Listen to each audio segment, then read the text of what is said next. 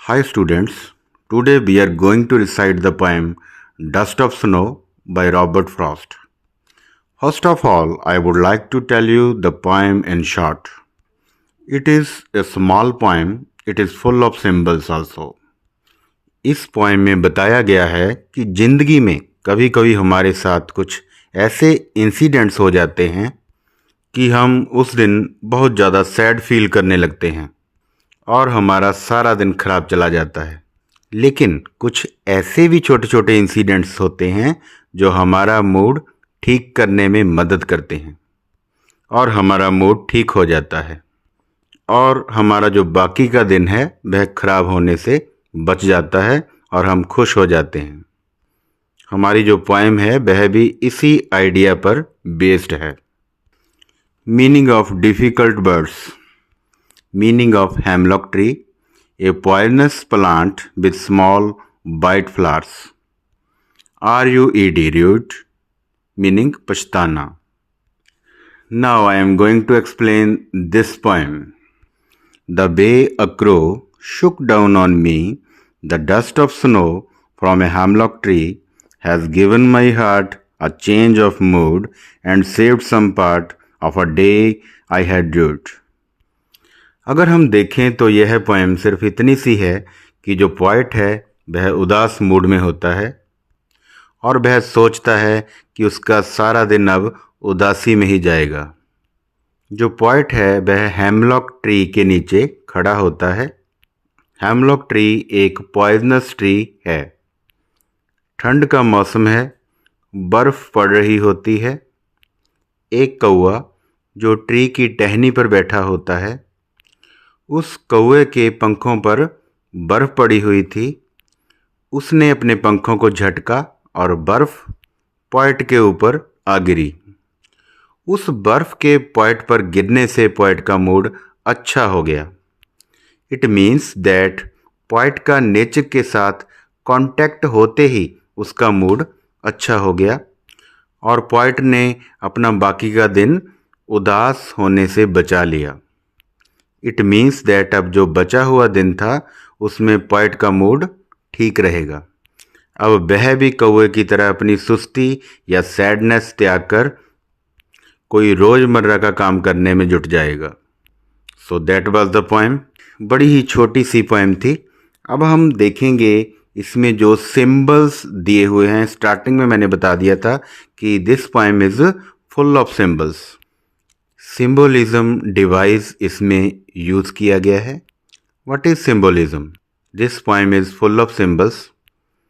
Symbols are used to give them symbolic meanings that are different from their literal sense. It is called symbolism. The poet has used three symbols here in this poem: a crow, a hemlock tree, and a dust of snow. These three symbols are associated with sorrow. यहाँ पर हम देखेंगे अब poet ने इनका use कैसे किया है। यहाँ पर पॉइजनस ट्री को पोएट के माइंड के साथ जोड़ा गया है, क्योंकि जो दुखी मन होता है, दुखी माइंड होता है, वह बॉडी के लिए हार्मफुल होता है। और जो कौवा होता है उसे हम हमेशा अपशगुन के तौर पर देखते हैं। इट मीन्स जैसे ट्री पर क्रो बैठा है वैसे ही पोएट के माइंड पर सैड थॉट्स बैठे हैं। और जैसे कौवे के पंखों पर स्नो सुस्ती या उदासीनता की निशानी है, वैसे ही पोएट के माइंड पर जो सैड थॉट्स हैं जिन्होंने उसे उदास कर रखा है वह भी सुस्ती और उदासीनता की ही निशानियां हैं।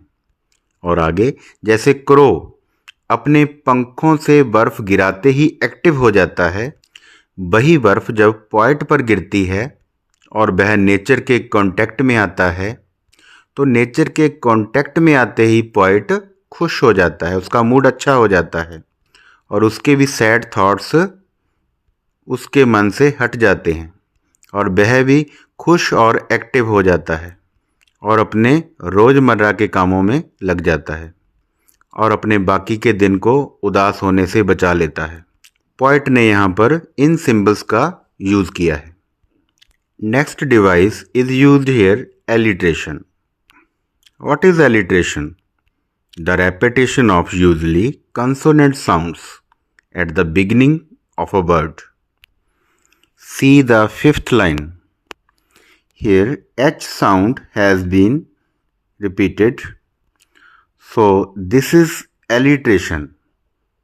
Now again alliteration is used in the last second line and saved some part. S sound has been repeated here. It is again alliteration. The third device is used here, enjambment. E-N-J-A-M-B-M-E-N-T. What is enjambment? It is a device in which a line rolls on to the next line without using a comma or a full stop at the end. This is called enjambment. It means कि line के and में कोई भी comma या full stop use नहीं किया गया, यह एंड में यूज किया गया है. And fourth device is used also here, imagery. It creates mental pictures or images in the mind of the readers when they recite the poem. जैसे कि पोएट ने बड़ा ही अच्छा दृश्य पोएम में दिखाया है. पोएम को पढ़ते ही रीडर के मन में वो सारा सीन आ जाता है कि फॉरेस्ट में एक ट्री है, वहाँ पर ठंड पड़ रही है और कौवा टहनी पर बैठा है, उसके पंखों पर बर्फ़ गिरी हुई है, कैसे पोएट वहाँ पर ट्री के नीचे खड़ा हुआ है. ये सारा सीन जो है पढ़ने वाले के मन में आ जाता है, इमेज आ जाती हैं. ये है imagery. This device is called imagery. So these were the devices used by the poet in this poem. So that was the poem, but it has deep meaning because of symbols used by the poet. Okay students, thanks. I hope that you have understood the poem. Please subscribe the channel.